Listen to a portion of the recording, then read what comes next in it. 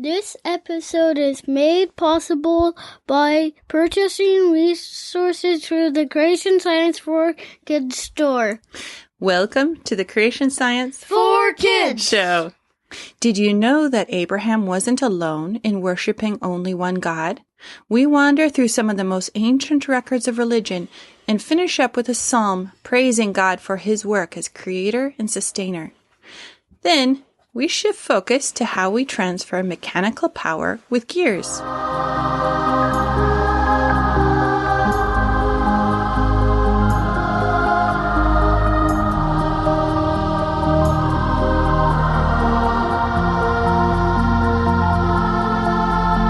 Praise the Lord. I will give thanks to the Lord with my whole heart, in the company of the upright, in the congregation. Great are the works of the Lord, studied by all who delight in them. Full of splendor and majesty is his work, and his righteousness endures forever. He has caused his wondrous works to be remembered. The Lord is gracious and merciful. Psalm 111, verses 1 through 4.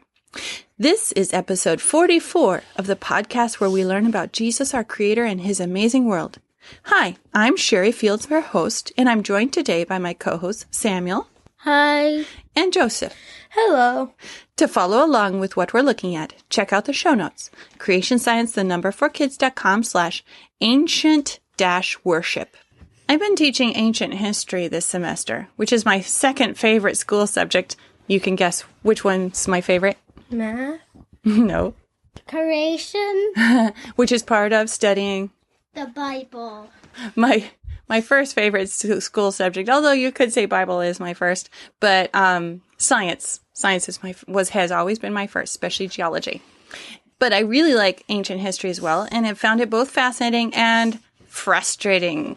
Next episode, I plan to cover more of the science behind the stretched out dates they give early civilizations, like 5000 BC and 8000 BC, all those. But today we're going to talk about an extraordinary pharaoh we learned about and his worship. We're going to start with one of the foundational questions every historian has to answer. When did the worship of one God begin? Do you know what a common answer to that question is? Who will they often say was the first monotheist? Abraham. Yes. I have even heard sermons from pastors. They have built their whole life around the foundation of the Bible is true and God is real. I have heard even pastors claiming that Abraham was the first one to worship our God. Is that what the Bible teaches? No. Okay, how do you know? Who, according to the Bible, was the first to worship one God? Noah. Who was the first one who knew the real God, who was the creator? Adam. Yes, Adam was the first to worship God, and in Genesis chapter 4, it tells us that when Seth's son Enos was born, men began to call upon the name of the Lord. That's another way of saying they began to worship the true God actively and on purpose. Okay, we know that Noah worshiped God, but what about his sons? Did all of them forget God? What clues do we have to answer that question? So let's go over to Genesis chapter 14. In this chapter, Lot had already moved to Sodom, and he was happy there because it was all green, but other kings had decided to come and steal everybody and take their stuff. Abraham heard about it and came and rescued them. This is right after the rescue in verses 18. Joseph, would you read 18 through 20, please? And Melchizedek, king of Salem, brought forth bread and wine. And he was the priest of the Most High God. And he blessed him and said, Blessed be Abram of the Most High God, possessor of heaven and earth. And blessed be the Most High God, which hath delivered thine enemies into thy hand. And he gave him tithes of all. Yeah. You notice this Melchizedek was a king, but he was also a priest. Priest of whom? The Most High God. And just in case we're thinking this is some other high God, like the sun god, what's it say? In the next verse it says, Blessed be Abram of the Most High God, possessor of heaven and earth. Okay, so is the Son possessor of heaven and earth? No, the Son is in heaven. It's part of it. So this has to be the real God. And this is a guy who's just a king. He's actually a Canaanite. We know that from what other places in the Bible tell us. So here is a guy, he's a descendant of Ham. And he is not only a worshiper, but a priest leading his people, his whole city, to worship the Most High God. And we also know that this was a real, legitimate person because Abram, who only worshiped God, never got involved in idolatry, and God blessed him for that. Abraham pays him a tithe of all the stuff he got and all the stuff he had. He gave a tenth of that to this king priest, in showing that he was under him.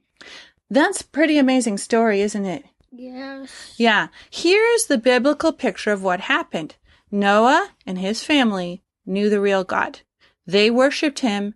They had a big sacrifice as soon as they got off the ark, saying, "Thank you, God, for rescuing us and delivering us, and please take care of us." And God blessed them. Then slowly, as the years passed, different people groups fell to the temptation to worship other gods, to worship demons, to worship themselves, these ancestors that were living for hundreds and hundreds of years. It was a big temptation to be treated like a living God and then honored when you died.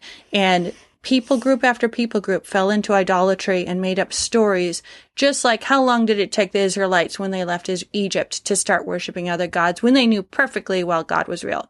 How long did it take? Not very long. How long was Moses up on the mountain before they made the golden calf? About a month. Yeah, 40 days. That's how long. It does not take much time to lose the worship of the true God, especially when both our flesh and our enemy, Satan, so desperately want us to worship something else besides him. But the idea that Abraham invented worshiping a single God is nonsense, and it is unbiblical, and it does not fit the facts. Now, we're going to look at another place where somebody realized that all these gods didn't make sense. It's one of the Egyptian pharaohs. When he first came to power, he was called Amenhotep II. He even changed his name, and he told everybody to stop worshiping all their different gods. But he decided, because he was just thinking this in his own head, instead of, he didn't have access to the Bible, and apparently he didn't have access to anybody who knew the truth, he started worshiping the sun, as if the sun up in the sky that shines during the day was the only real God. Here's a bit of poetry that he wrote to this sun god and translated into English. Earth brightens when you dawn in Lightland, when you shine as a 10 of daytime. The entire land sets out to work. All beasts browse on their herbs. Trees, herbs are sprouting, birds flying from their nests. Ships fare north, fare south as well. Roads lie open when you rise. The fish in the river dart before you. Your rays are in the midst of the sea. When I read that, it made me think of something else that I've read before. Do you know what it is? A psalm. A psalm, yeah. And in fact, there's one particular psalm that I will read to you. And it turns out I'm not the first one to have noticed that there are similarities. It's common for people who want to deny that God really wrote the Bible. They want to say that people slowly invented this new religion of Judaism and Christianity, to say that the Hebrews actually borrowed from the Egyptians, and also they had some neighbors up to the north of Tyre and Sidon called the Ugaritic people, and they had some very similar descriptions of how Baal, you've heard of Baal before, right? Yes. Yeah, that's who particularly Jezebel got them really involved in, because that was what her people worshipped. And the description of his palace and stuff sounds very much like Psalm 104. Before I read this psalm, here's what I want you to think of. I want you to think how it's similar to what the Pharaoh put in his hymn of praise to the sun. And also Baal, the stories that they told about him was that he had daughters that he couldn't even have windows in his palace, or because he was worried they were going to escape. And he was always worried about somebody else breaking in and killing him, because he'd murdered different gods and he had made himself the most important, even though he was just one of the bunch. I want you to listen for how different the way Psalm 104 treats the real God that we worship. Here we go. Bless the Lord, O my soul. O Lord, my God, thou art very great. Thou art clothed with honor and majesty, who coverest thyself with light as with a garment, who stretchest out the heavens like a curtain, who layest the beams of his chambers in the waters, who maketh the clouds his chariot, who walketh upon the wings of the wind, who maketh his angels spirits, his ministers a flaming fire, who laid the foundations of the earth, that it should not be removed forever. Thou coverest it with the deep as with a garment. The waters stood above the mountains. At thy rebuke they fled. At the voice of thy thunder they hasted away. They go up by the mountains. They go down by the valleys unto the place which thou hast founded for them. Thou hast set a bound that they may not pass over, that they turn not again to cover the earth. He sendeth the springs into the valleys which run among the hills. They give drink to every beast of the field. The wild asses quench their thirst. By them shall the fowls of the heaven have their habitation, which sing among the branches. He watereth the hills from his chambers. The earth is satisfied with the fruit of thy works. He causeth the grass to grow for the cattle, and herb for the service of man, that he may bring forth food out of the earth, and wine that maketh glad the heart of man, and oil to make his face shine, and bread which strengtheneth man's heart. The trees of the Lord are full of sap, the cedars of Lebanon which he hath planted, where the birds make their nests. As for the stork, the fir trees are her house. The high hills are a refuge for the wild goats, and the rocks for the conies. He appointed the moon for seasons. The sun knoweth his going down. Thou makest darkness, and it is night, wherein all the beasts of the forest do creep forth. The young lions roar after their prey, and seek their meat from God. The sun ariseth, they gather themselves together, and lay them down in their dens. Man goeth forth unto his work, into his labor, until the evening. O Lord, how manifold are thy works! In wisdom hast thou made them all. The earth is full of thy riches. So is this great and wide sea, wherein are things creeping innumerable, both small and great beasts. There go the ships. There is that Leviathan, whom thou hast made to play therein. These wait all upon thee, that thou mayest give them their meat in due season. That thou givest them they gather. Thou openest thy hand, they are filled with good. Thou hidest thy face, they are troubled. Thou takest away their breath, they die and return to their dust. Thou sendest forth thy spirit, they are created, and thou renewest the face of the earth. The glory of the Lord shall endure forever. The Lord shall rejoice in his works. He looketh on the earth, and it trembleth. He toucheth the hills, and they smoke. I will sing unto the Lord as long as I live. I will sing praise to my God while I have my being. My meditation of him shall be sweet. I will be glad in the Lord. Let the sinners be consumed out of the earth, and let the wicked be no more. Bless thou the Lord, O my soul. Praise ye the Lord. Okay, what did you notice similar and different between this hymn and the one from the Egyptian guy? What was similar? They're both praising their God. In what way? He was praising the sun god for doing what? About how the earth is good. Like in the Egyptian guy's psalm, he said when he dawned, the earth brightened. So pointing out the sun dawns. Okay. And both about how God helps the animals feel good and the earth feel good too, where they know that they're blessed, and then It was more specific than that. It said they had life. Not exactly. Food, it mentioned in both of them. Okay. They both mention ships on the sea. They mention animals eating, mentions trees. So that's similar. What's different? When the Pharaoh was writing his hymn to the sun, he makes the sun the god. The sun is part of the earth system of the universe. What about God in Psalm 104? Do you get the idea that God is just part of the universe? No. Okay, I'm not sure that you would have a way of describing it. That God is beyond. God made everything, including the sun, the stars, the farthest reaches of the universe. And it's called transcendence is a big word. To transcend means to go beyond. God created everything, and he keeps everything going. He knows everything. He can count the hairs on our heads. But he's not a piece of this world the way we are. So that's something quite different. then as I pointed out with Baal, he was definitely he was subject to worrying about getting murdered and having his kids escape from him, where there is absolutely no suggestion that anything can escape from God in Psalm 104. It's far, far greater. All right, so now there's a couple questions that the similarity between other ancient writings and our Bible can make us think of. Well, I mentioned one. The people who don't want to believe in God, what do they want to say about our Psalms? They will say that the reason the Jewish people, the Hebrews at the time of David and beyond, wrote what they did was because they were trying to invent a similar but cleaner and less messy and more dignified and civilized religion. But what did we say? Are we surprised, shocked, and horrified? What kind of reaction do we have when we realize that there are similar writings in other places that the Hebrews probably had heard of? We believe the Bible. We believe God really is real. He is not the sun god. People did not invent him.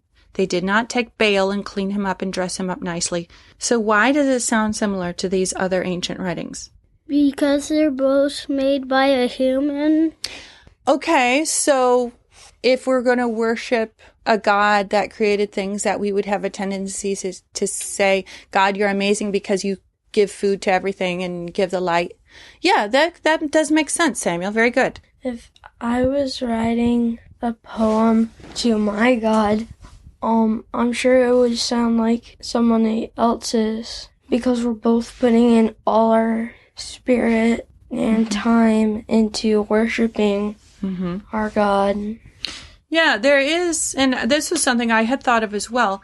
There is something very powerful about when we look at the created world, and it does draw out, even in atheists, that they'll still have this sense of awe and gratitude when we look at amazing creatures and rock formations and the sunset and all. So yeah, I think you've got a real point there. I did think of a couple others.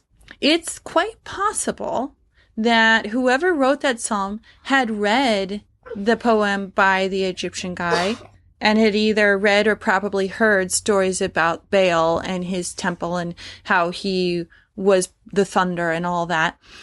And he could have well been copying the style in such a way that it would show how much bigger the real God, Yahweh, actually is. Like I pointed out, that he is not a part of creation like the sun or thunder, because Baal was a sort of thunder god and also in charge of rains and storms, which is something we studied this week, which makes perfect sense why Elijah had it not rain for 3.5 years. Anyway, but God is so much bigger than that. He can use all those things, but he is far beyond, higher. And by doing it similarly, you can also show how different he is. And another thing is, as I pointed out, we all started out worshiping the real God. And it's possible that this form that the Egyptian Pharaoh used of pointing out different things in nature and that the writer of Psalm 104 used could have been a form that they had been saying out loud since the time Noah and his family got off the ark. There's no way of knowing. It took quite a while for people to invent writing systems, several hundred years. And before that, when you're just telling it from mouth to mouth to mouth, there's no way to find that out scientifically today.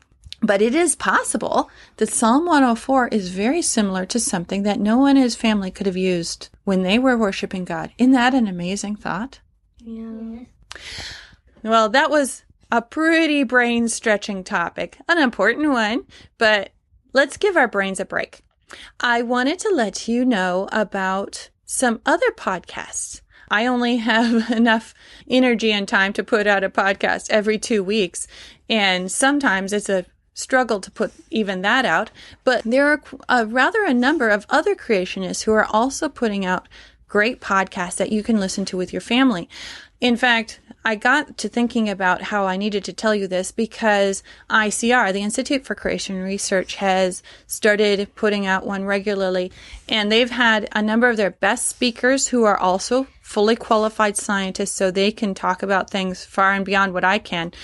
doing recordings, like Dr. Jason Lyle has done some. And one of my favorite geologists of all time is Dr. Tim Clary. He is the nicest guy, and he does a really good job explaining. And in his most recent episodes, he has been talking about how the huge layers of sediments that cover vast areas on continents, both in North America and in Africa, makes sense in the flood model beautifully. So that's one of my favorite podcasts. There's also Scripture on Creation with Dr. Ben Scripture. It's like, talk about a really cool last name. He's a very nice guy. He's been doing a radio show for years, puts it up on a podcast. And a couple of years back, he even interviewed me. That's part of how I knew doing audio was something that was possible and that I was interested in. There's also Real Science Radio. He is a bit of a maverick. He talks about things that Answers in Genesis and the Institute for Creation Research will not talk about, but that means you get to learn new stuff.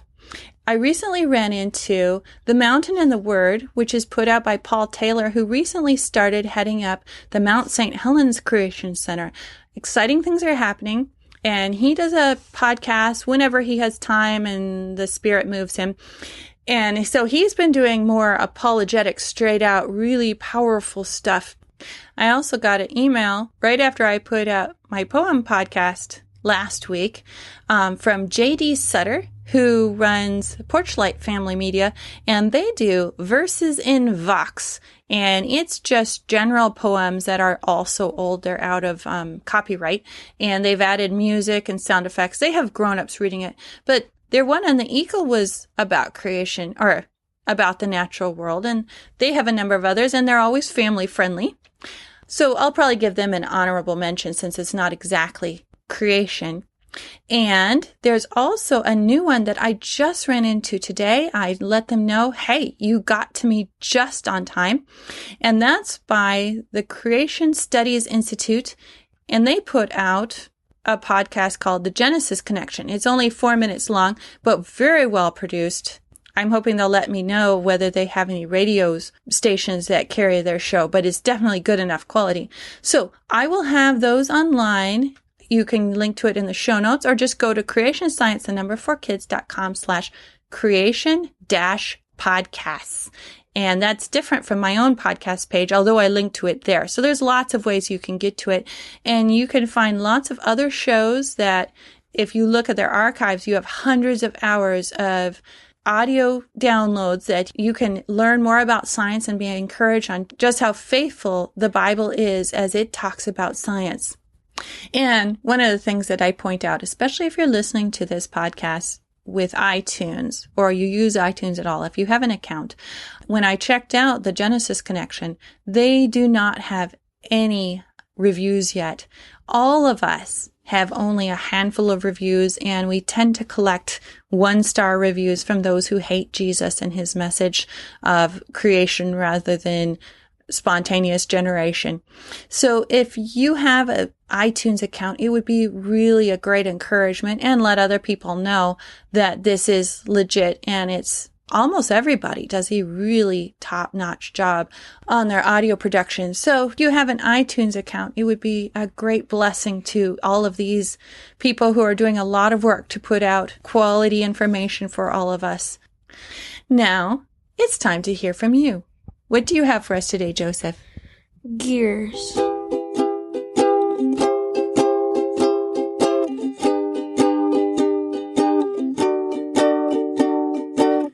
Okay, so what is a gear?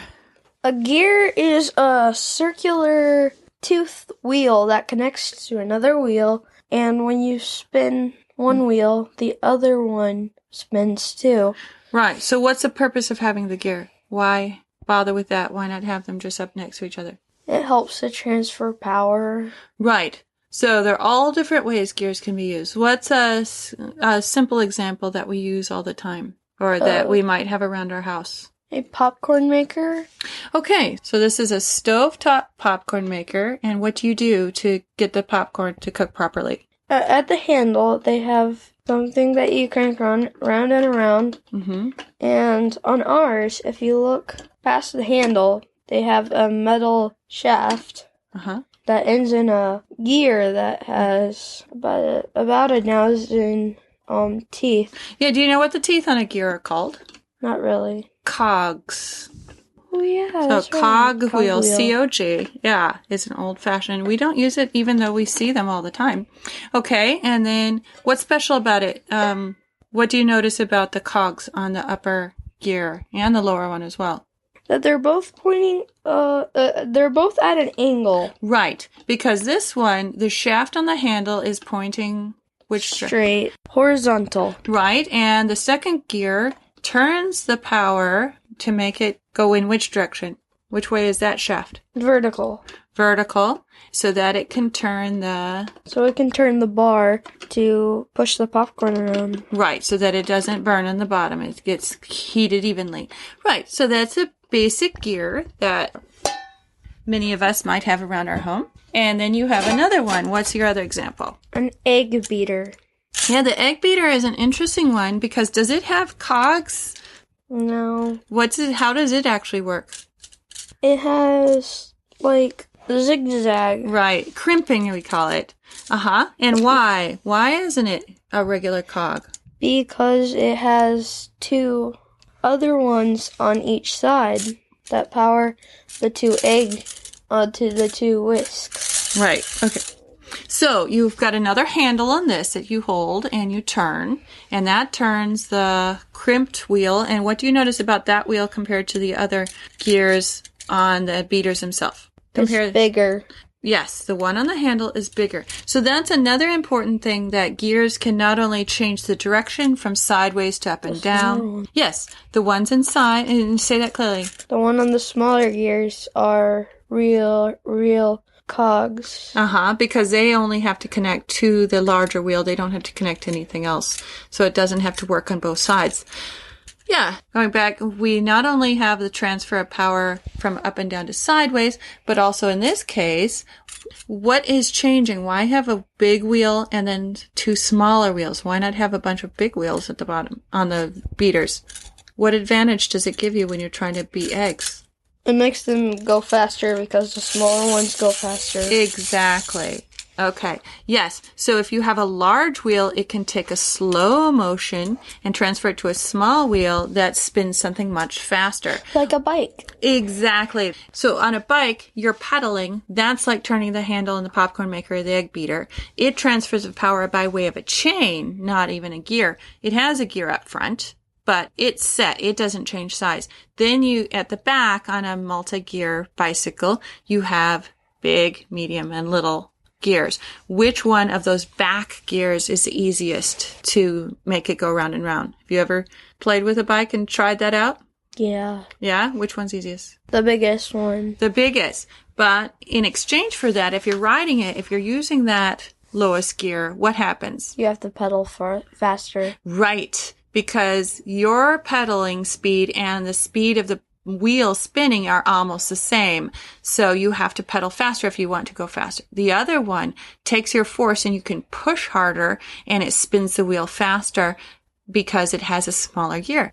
Okay, so we use gears in all kinds of things. Can you give me some other examples of where machines use gears? A car. A car, right, helps transfer the spinning motor to the spinning wheels so that you can move. Have you ever looked and seen the mechanism of an analog clock, like a cuckoo clock? They use all kinds of gears. Oh, yeah. And even you say there are some very cool watches that you can see the tiny gears inside that are beautiful to look at. Okay, and then you had looked up, what else did you find out about gears? Oh, yeah. The ancient cogwheels were made out of wood and also was greased with animal fat so that it would spin easier. Okay, sure, that makes sense. How ancient are these ancient wooden ones? About the time of the ancient Chinese people. Okay, yeah, there you found something very interesting. What is it that they're said to have made? A chariot. Wait, was it just that pedal chariot like a bicycle? No, it was a chariot. It had a wooden man that would always point south. Yeah, that's really cool. No, do you remember, did you read about the problems with it? That it would have to be, okay, it had to be on a very smooth, flat surface, but it was still a very cool idea. But they had access to what else to tell which compass direction they were pointing? The compass. They had magnets. Oh. So that was much more accurate, and you could take it places. But magnets always point north. Right, but that would still tell you which way you're going. Yeah, I looked up a couple other ancient gears to show you. This one doesn't have a picture, but there were definitely plans, at least, whether they built it or not, we haven't found any of the remains, but that the Romans had a geared device that allowed them to make an odometer. What's an odometer? We have one, every car has one. It tells you how many... Oh, it tells you every mile you've gone. Right. So there's a plan that we've read about, and I've seen drawings of what it would have looked like, where it has a series of gears connected to a wagon. And every time the wheel turned, it turned another gear that turned another gear. So it got slower and slower so that only once a mile, one gear would turn so that a hole would allow a single pebble to drop into a bucket.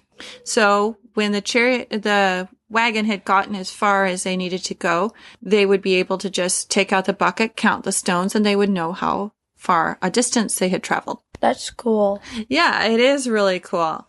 And there's also another one that we know for sure. We actually dug it up, and they're starting to figure out that we did have ancient writings describing this. It's called the Antikythera computer, and they found it in a shipwreck in 1901. So we've had access to it for a while, but now with the more modern x-rays and stuff, like they've just been able to decipher some of the writing on it. And they're pretty sure what it was is a calculator to tell where the sun, moon, and stars were, when the eclipses were coming in, even what color the next eclipse would be, as a way of teaching students how to observe the sky. But if you look at this thing, it had all kinds of fancy gears, and they definitely knew a lot of how to take advantage of this kind of mechanical ability to make different things. One of the things that I had when I was a girl, my mom found a pencil case, and it actually was one of the best teachers for helping me to learn my state capitals that go with my states. On one side, it had a gear that it would show just one name of a state, and it turned and connected to another gear on the other side that would show exactly what the state capital was. And as you turned one side, it moved the other, so that it was kind of interesting. A pencil box? It was a pencil case. I think it was yellow. It was really fun. It still wasn't my favorite thing, but when I was bored, I could look at it, and it taught me with infinite patience, unlike most other human teachers who get tired of it. It didn't care how long I wanted to look at it. So, the gears are pretty amazing. What do you like about gears? What do they teach you? They teach me that people are smart, and we can figure out how things work, and we can figure out how to make them work so that we can do what we have to do. Right, and even what we want to, like having that statue point south or looking at the stars isn't something we have to do, but it's pretty fun to do, isn't it? Yeah. Yeah, God gave us great brains, and it's fun to see how people have used them to make life better or just more interesting.